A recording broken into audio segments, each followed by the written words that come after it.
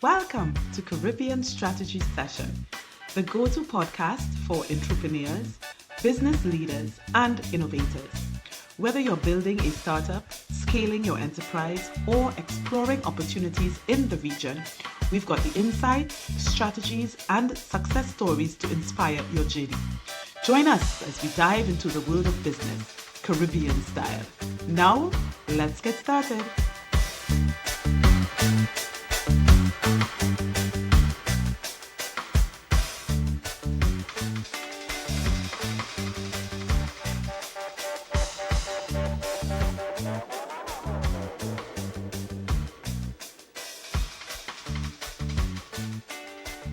Welcome back, everyone, to the Caribbean Strategy Session. I am your co-host, Denisha Mayes-Gardner, and with me today, your other co-host, Joseph Cox. Hi, Joe. How are you doing? Hi, Denisha. How are you? I am good. Thank you. Yeah. Today with us, we are very pleased to have the Chief Executive Officer and Technical Director of the CARICOM Private Sector Organisation, Dr. Patrick Antoine. Doc, how are you? Very well, Denisha. Very well, Joe. It's good to see you both. Did. Thank you. Very nice to see you as well. Dr. Antoine, for those few people that do not know you, please tell our listeners and viewers a little bit about yourself. Thank you so much. Look, it's an honor to be addressing the listenership and viewership that you have and so on, particularly with your new technologies. The podcast, I think that's really innovative, and I'm really happy that you're doing this so that it reaches out to micro and small enterprises. So that's the first thing. I am the CEO and Technical Director of the CARICOM Private Sector Organisation. I'm an economist by training. I was trained at the University of the West Indies and at the University of Florida, where I did both postgraduate degrees in international trade theory and policy in the economics department. So I come from that background, and I've worked for most of the regional institutions at one time or another. I have done quite a bit of work at AICA, the Inter-American Institute for Cooperation and Agriculture. I have been a consultant on and off since 2001, and I've also been the senior economic advisor to the Prime Minister and Government of Grenada on finance and the economy. So that's sort of where I've come from. But more importantly, I was born in Grenada and raised in Jamaica, so I span from south to north in the Caribbean. And because of that, I think I understand our Caribbean, commons quite well. Fantastic.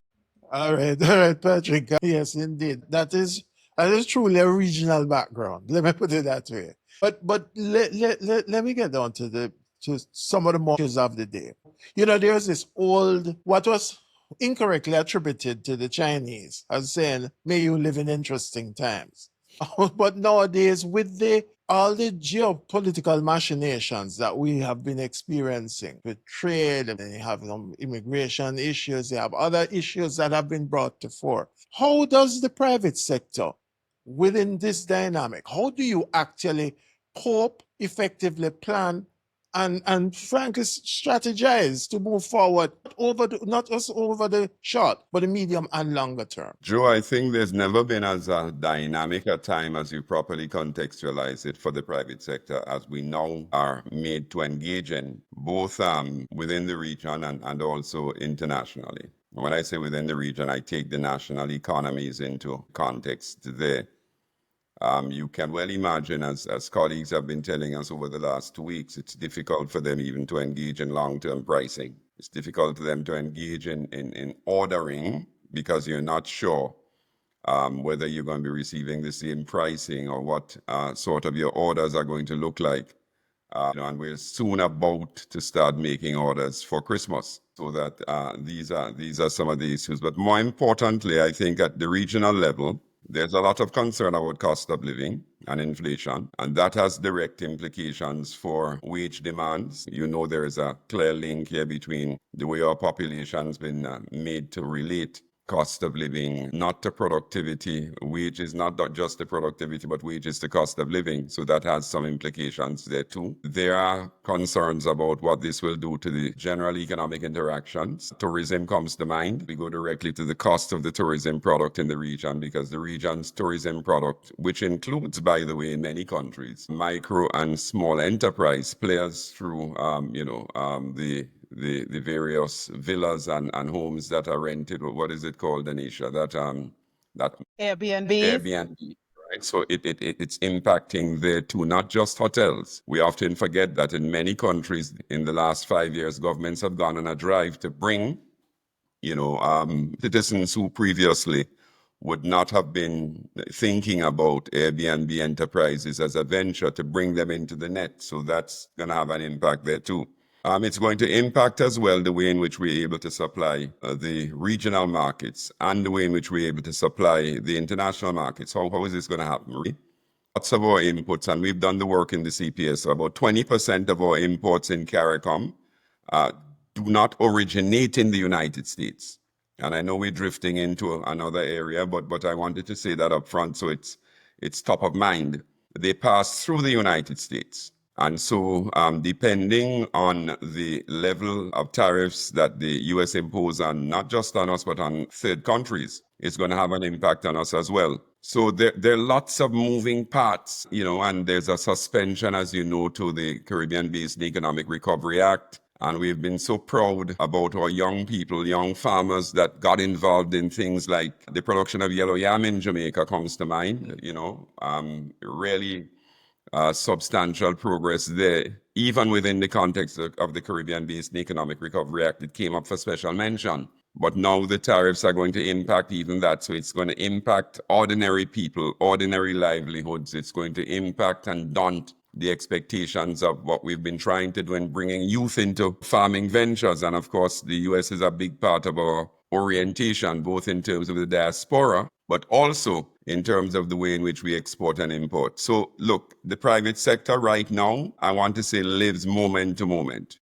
And this is why these programs are so important, because I think we're going to have more of these programs so that they are continuously informed about the information that will cause them to take the best decision based on that information they have at the time. But it's truly frenetic. It's a very difficult time.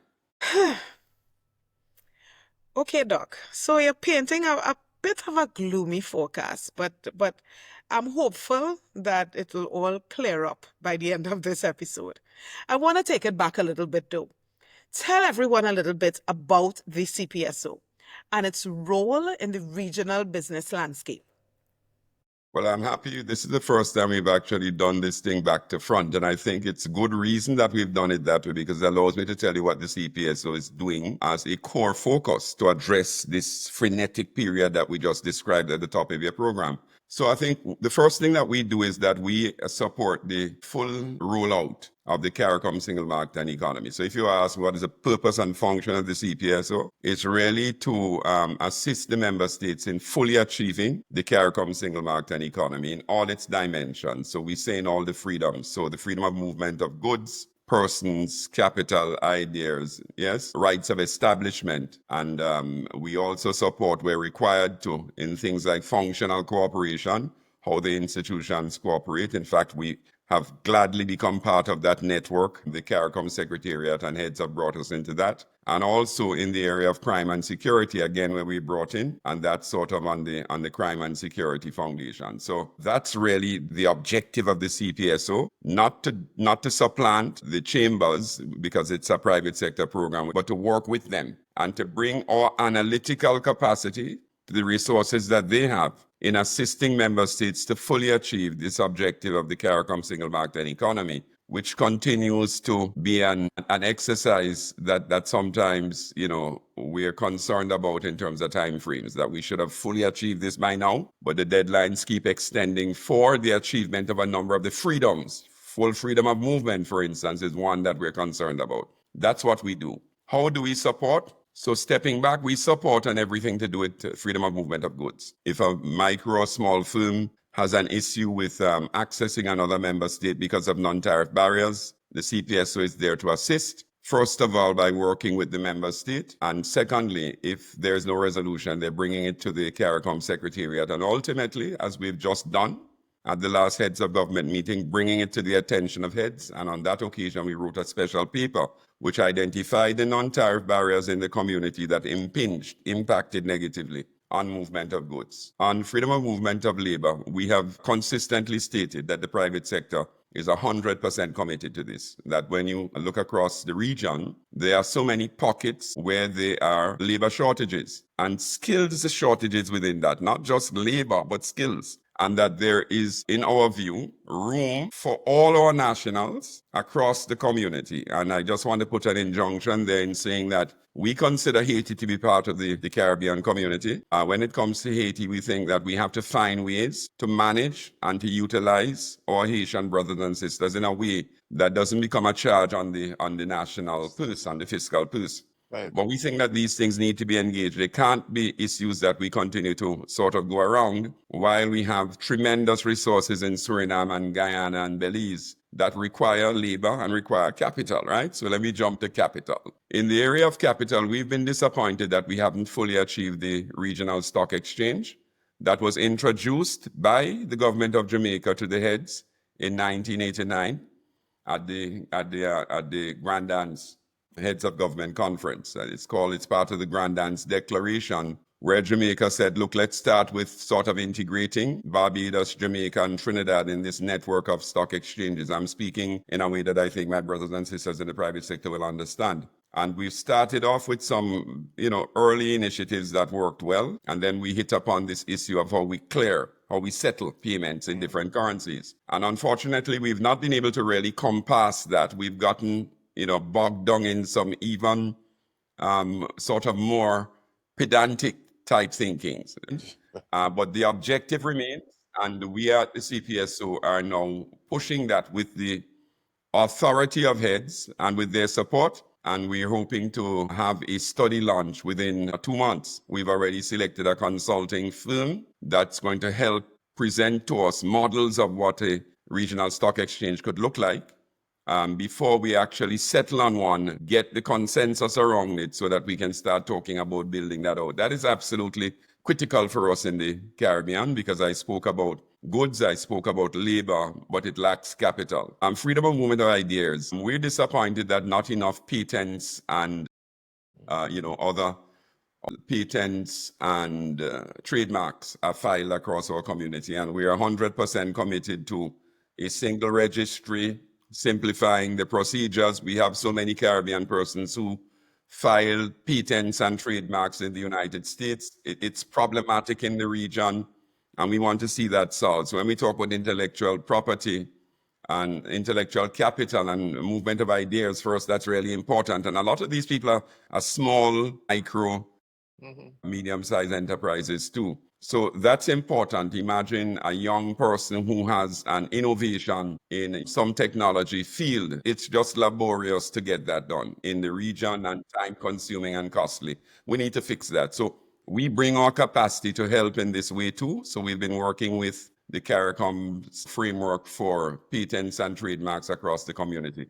Freedom of movement of services is also important. Whether we're able to have the 4 freedoms in services exercised so that you can provide service in 4 ways, whether the countries are all set up to engage these 4 what we call modalities, so you can provide it from outside the country, inside the country, by establishment in the country, and so on. And in some instances, we still have problems with that, believe it or not. You have some countries where we need special authorizations to set up services for them. You have certain countries where they exercise a sort of carve-out only for their citizens, right? But it's not a carve-out that's authorized by the treaty. So again, where we meet on these problems, the CPSO tries to assist. And one of the big things that we're doing is in agriculture. And that's within goods, but it would be really a missed opportunity for me not to talk about agriculture. Where when Joe Cox was there, we were able, in a heads of government meeting in Barbados, and I have to say, with Joe's support, to get the 25 by 25 approved at the heads of government meeting in Barbados.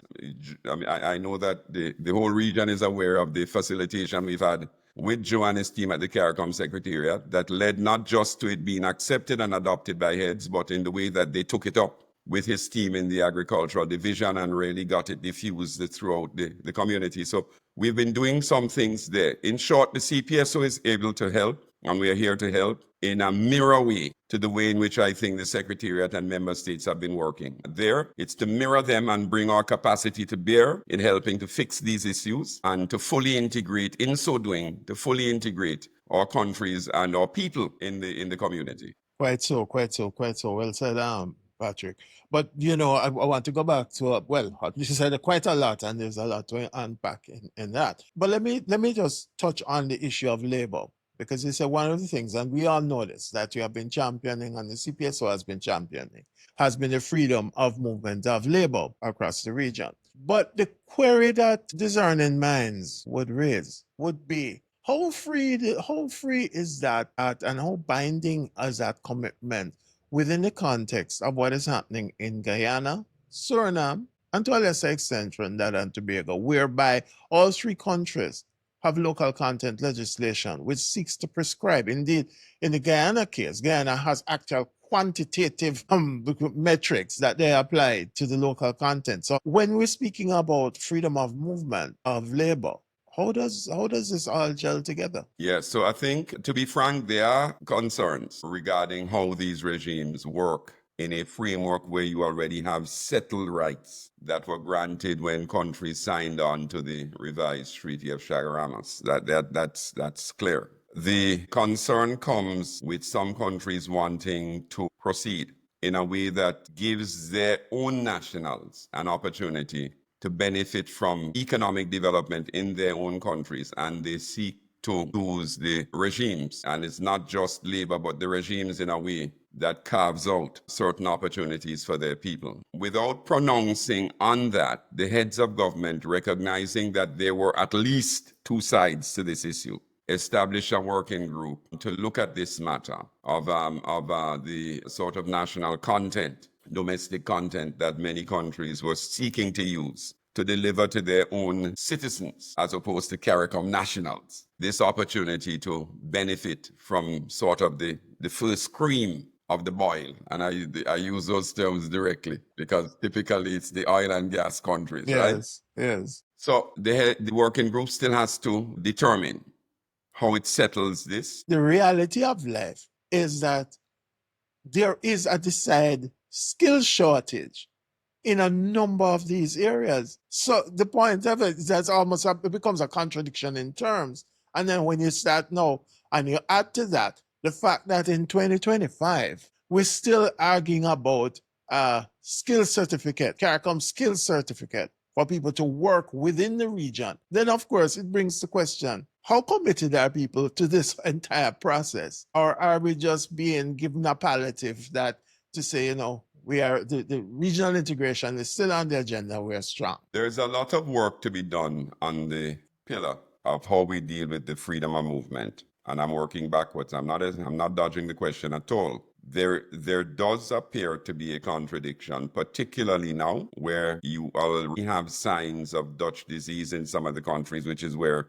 you just can't get labor and you're competing for labor and the labor cost starts feeding into other sectors in the economy, and you have evidence of that, early signs of that happening. So it's not exactly a prudent macroeconomic decision, and I rather suspect that one of the things the working group and the countries will have to decide soon is whether it makes sense anymore to retain the domestic and national content legislation in place. Those who felt that it could be used also offered a view that it could be used in the short term and that it was really to ensure, well, that surety is now granted. And you now have two things happening. You have capital coming into the region and people coming into the region and ideas coming into the region. And many instances, they appear because of the architecture and framework in some instances to be benefiting, and I'm not speaking to any one country, I'm speaking to what the private sector perceives in the region, to be benefiting from the opportunities, even ahead of regional firms. So I think we have some work to do there. It is timely to ask the question, is it still necessary? I think is the way I think we should leave on this program.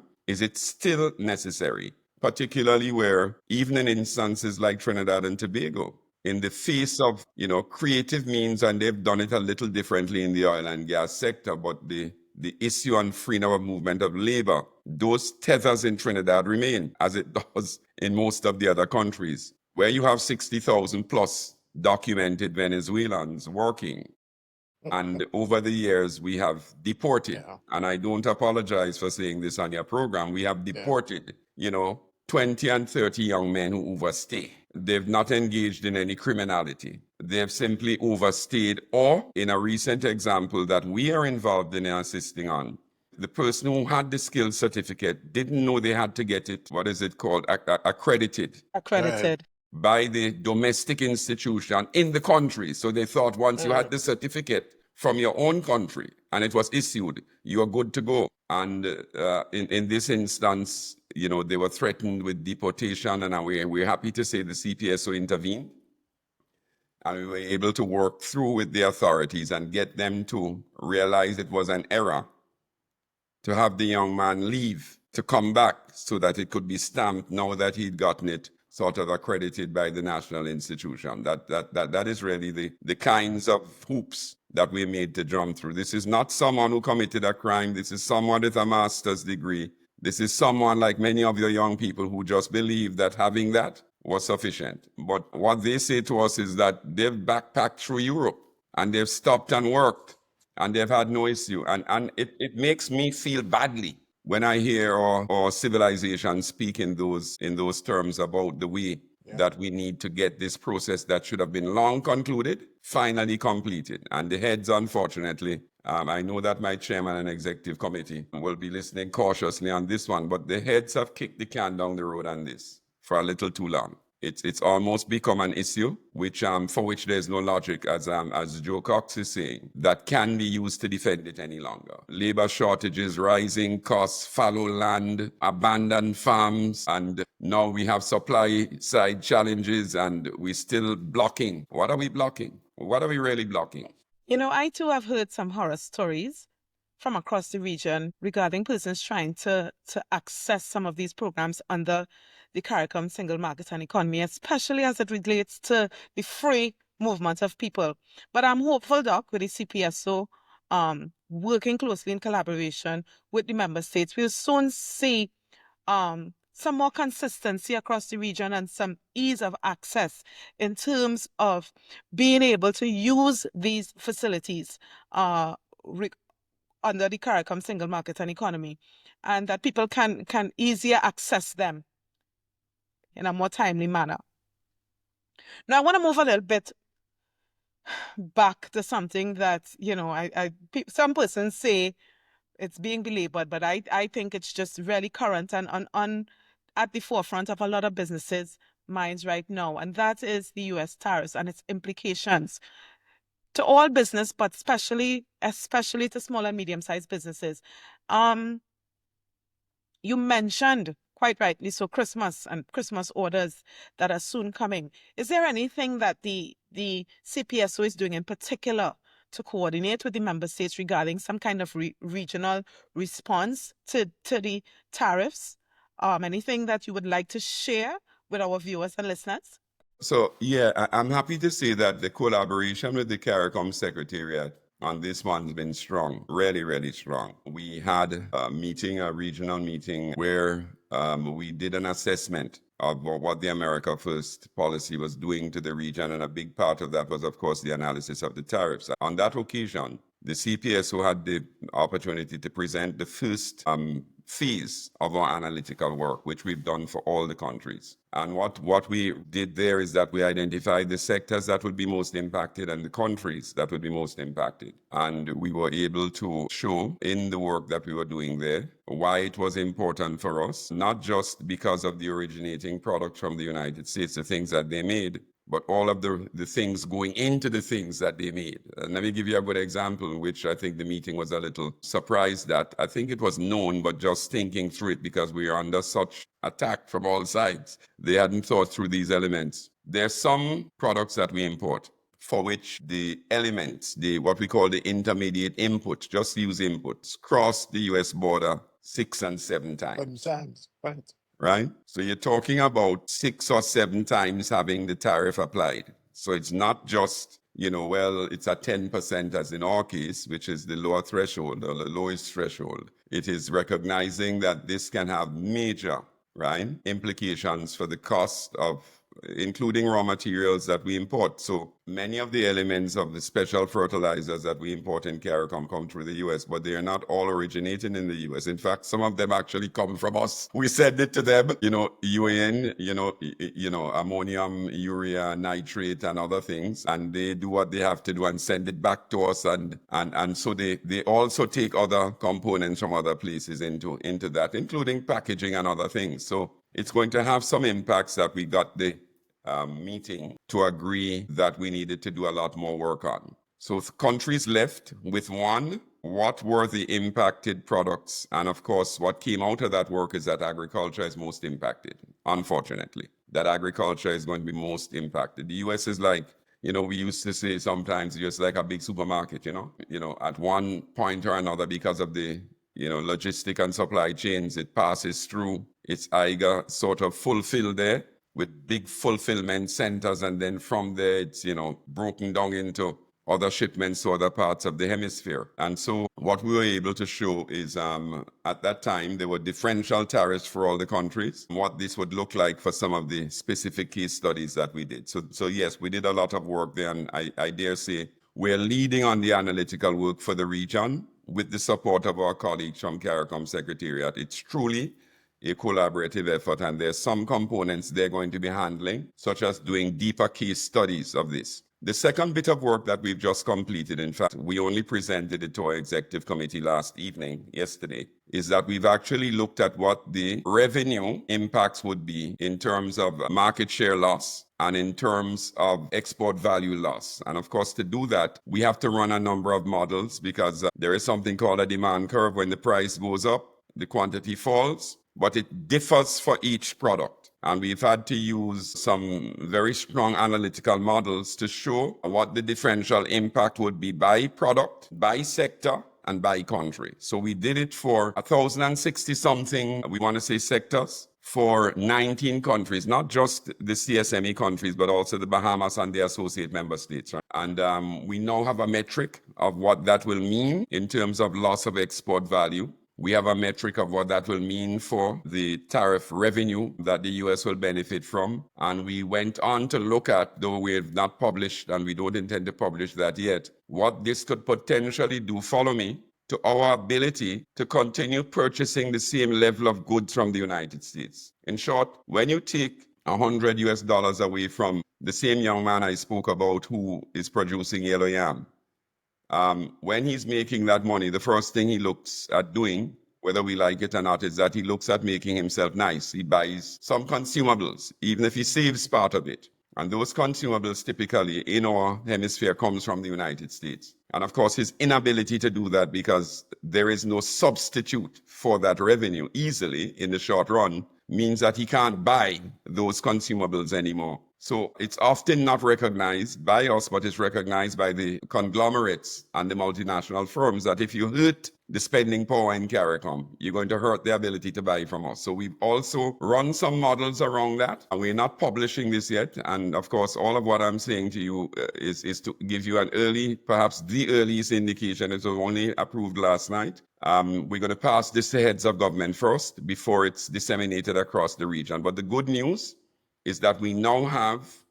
quantitatively solid models and sound estimates of what this means for a region. That is the good news coming in your program this morning. Well, I want to stick a pin on this episode for today, folks. I think we've covered quite a bit, and I'll give everyone some time to digest all of what we've discussed today. Feel free to share your thoughts, your questions, like, share, subscribe. I will post the second part of this interview within a week or so, where we discuss a little more about these foreign exchange challenges. We talk a little bit about the possibility of economic dumping and its effects on industries across the region. And Dr. Antoine will also share some upscaling projects that they are currently working with some industries across the region to complete. So I want to thank you again for tuning in. As said before, please like, share, subscribe. Thanks, Joe. Thanks, Dr. Antoine. See you all soon. Bye.